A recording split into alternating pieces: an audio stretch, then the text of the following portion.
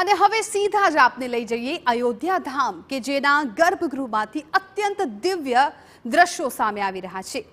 સૂર્ય તિલકની તૈયારીઓ આ એક્સક્લુઝિવ વિડીયોમાં દેખાઈ રહી છે।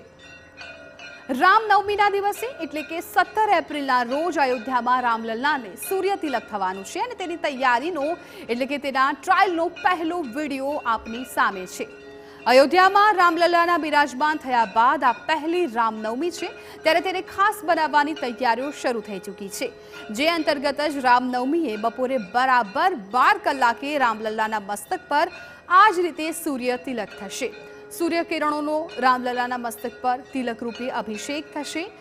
રૂડકી સેન્ટ્રલ બિલ્ડિંગ રિસર્ચ સંસ્થાના વૈજ્ઞાનિકો હાલ આ માટે તૈયારીમાં લાગેલા છે અને તેમના દ્વારા કરાયેલા ટ્રાયલનો વિડીયો સામે આવ્યો છે।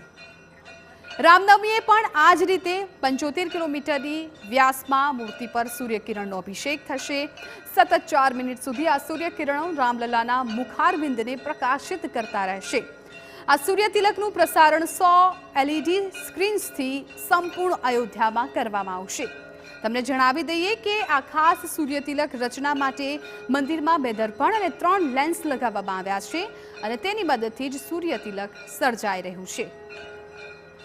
સૂર્યકિરણોને સૌથી પહેલા એક રિફ્લેક્ટર પર ઝીલવવામાં આવે છે, ત્યારબાદ તે એક પાઇપમાં ગોઠવાયેલા પહેલા દર્પણ પર પડે છે અને પછી ત્યાંથી વારાફરતી 3 લેન્સમાં થઈને બીજા દર્પણ સુધી પહોંચે છે। જે રીતે સ્ક્રીન પર પણ આકૃતિ સાથે બતાવી રહ્યા છીએ, બીજા દર્પણ સુધી પહોંચે છે અને બીજો અરીસો બરાબર રામલલ્લાની સન્મુખ ગોઠવવામાં આવ્યો છે।